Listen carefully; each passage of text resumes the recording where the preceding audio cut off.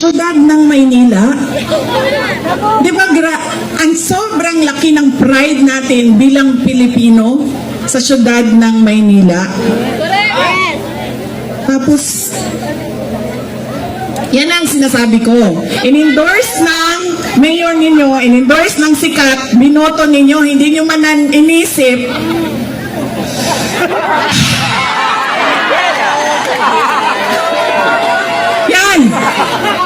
Yan ang sinasabi ko sa inyo.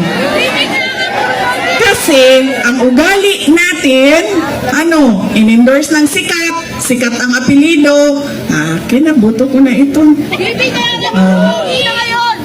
Sumayaw, kumanta, napatawa ako, bahala na yung pangako mo, hindi natutupad, okay ka na. Yan ang kita niyo, nasaan na yung bansa natin ngayon? Nasa kangkungan na tayo. Ay, sorry, in-endorse ko din pala si BBM. Humingi ako ng patawad.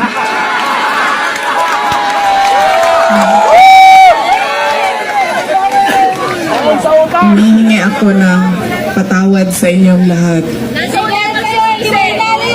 Ma'am, tinatanggap ko po ang sorry mo at pinatakbo mo akong Vice President. Okay lang, ma'am.